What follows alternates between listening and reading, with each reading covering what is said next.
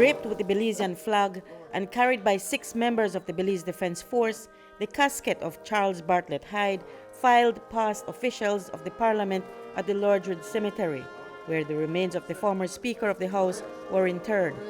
In death, Hyde was remembered as the person he was in life, a dutiful son of the soil.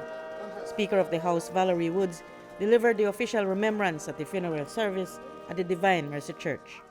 C.B. Hyde received his formal education at Holy Redeemer School and St. John's College, where he graduated in 1940.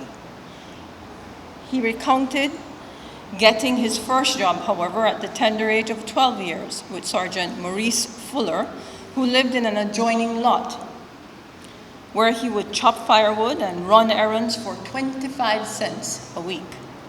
After graduating from St. John's College, he got another job as office boy, as the term was back then, at Mr. Turton's office with a weekly salary, now of $1.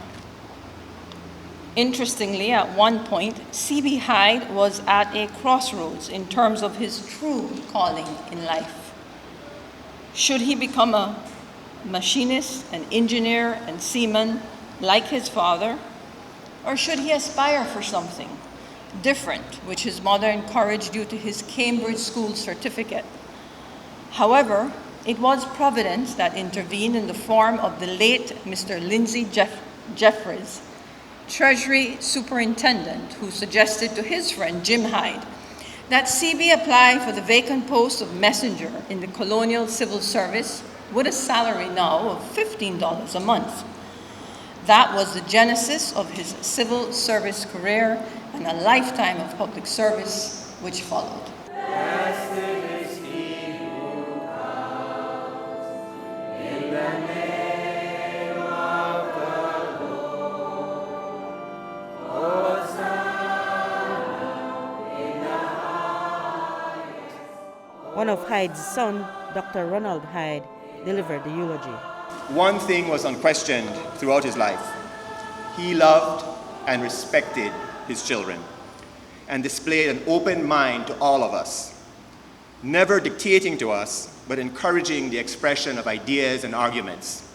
Yes, those expressions, arguments, were sometimes vehement, but never with animosity. It was an era when children were to be seen and not heard.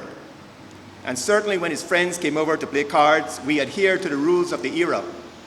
But otherwise, it was a home where he was curious about our thought process, and everyone had a valued opinion. Maybe that is why we Hyde seem to like engaging with people who have different opinions than us.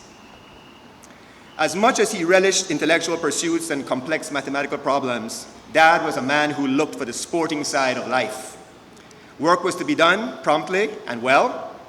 Ideally, such laborers would employ boy power, as he called it, despite the family machine shop mantra that 1 boy the boy, 2 boy the half a boy, and 3 boy the no boy at all.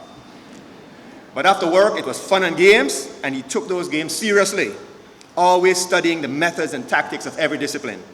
And he was good at most of them, as you've heard.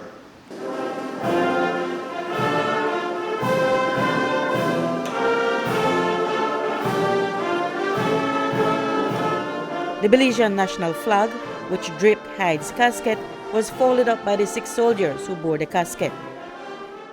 During the interment, wreaths were laid by Acting Governor General Stuart Leslie, Prime Minister John Briceño,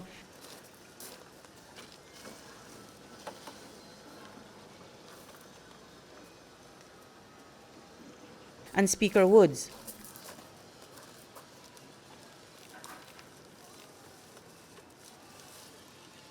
Prime Minister Briceño presented Hyde's eldest son, Evan X Hyde, with the flag that draped his casket.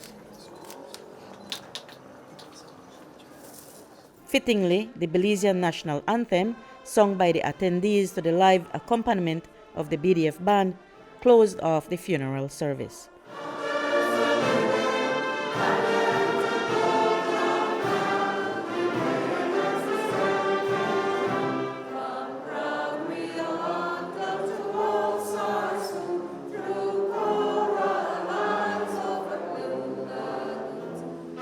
Oh